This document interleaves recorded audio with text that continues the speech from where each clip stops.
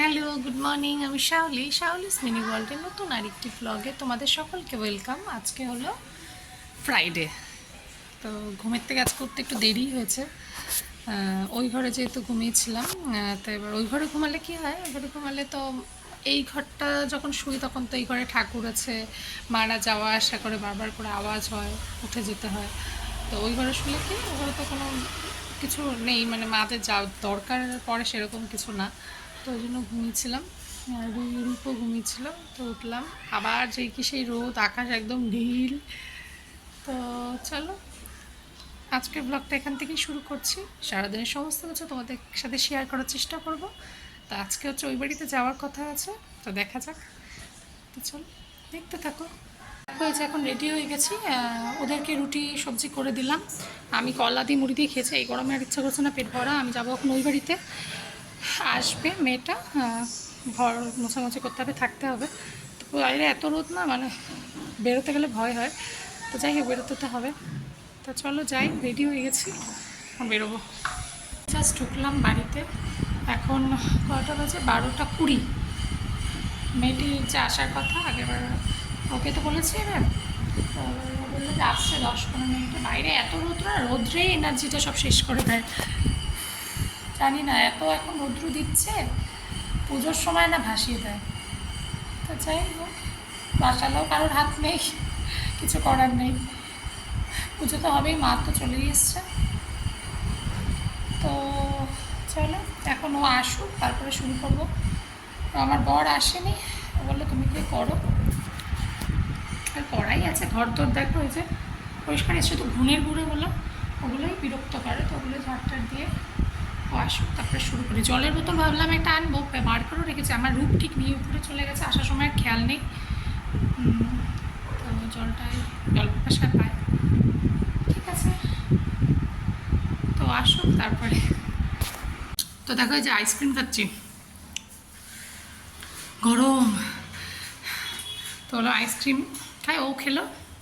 এই যে ও, নিচটা ঝাড়ু দিয়ে আসলাম আগে। তো এখন হচ্ছে সিঁড়িটা মুছে ধুয়ে তারপরে ঘরটা। আইসক্রিম শেষ, জল আনিনি।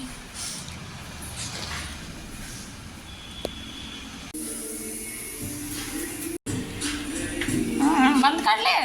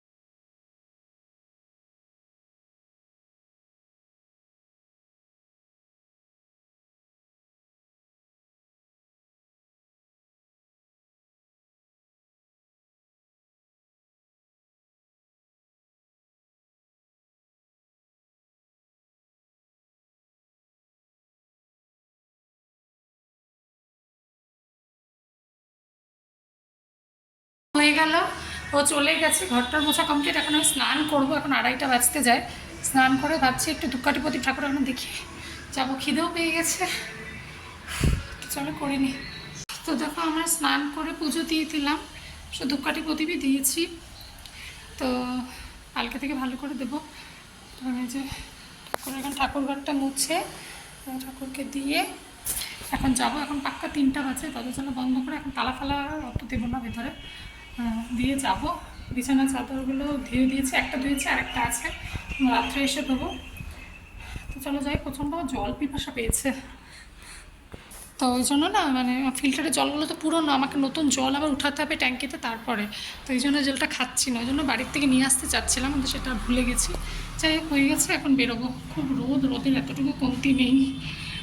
দেখো জাস্ট আসলাম বাড়িতে, এখন হচ্ছে খাবো। ও খায়নি, ও বললো আমি আসছি তারপরে। ও খায়নি, মাও খায়নি অ্যাকচুয়ালি। এখন আবার চিমনি সার্ভিসিংয়ের জন্য লোক এসে গেছে, দেখাই তোমাদের।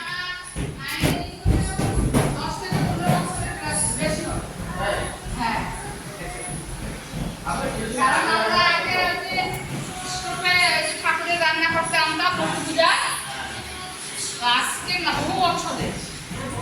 তো ওই যে সার্ভিসিং করছে, মারও খাওয়া হয়নি। এখন 4:40 মতো বাজে, জানি না মা তো মনে উনি যাবে তাড়াতাড়ি খাবে, এমন কথা খাওয়া যায়। ওকে দিয়ে দিই, আমি একটু খাই। মাথা ঘোরাচ্ছিল, অস্বস্তি হচ্ছিল, মানে কিছু খাওয়া হয়নি, শুধু সকালে মুড়ি কলা খেয়েছিলাম ওকে। এখন খেতে বসেছি, এই যে রাত্রে ডিম, রুটি আর ভাত। না আমি নেবো না, আমার অনেক আলু আছে। এখন খাচ্ছি, তারপরে খেয়ে দিয়ে যাবো হচ্ছে ওই বাড়িতে। আর ওখানে তো কিছু নেই, ওই জন্য খেয়েই যাচ্ছি, আবার কালকে দেখা যাবে। তো দেখো বাড়িতে চলে এসেছি, এই যে বিছানা করে রেডি। টিভি দেখছে, এখন হচ্ছে শুয়ে পড়ো। খাওয়া দাওয়াটা করে এসেছি, সুতরাং চাপ নেই। তখন হচ্ছে জাস্ট শোবো। তো তার আগে ভাবলাম ব্লগটা শেষ করে, নাহলে আবার ভুলে যেতে পারি। তো চলো আজকের ব্লগটা এখানেই শেষ করছি, কালকে আবার দেখা হবে। সবাই ভালো থেকো, সুস্থ থেকো, গুড নাইট, বাই।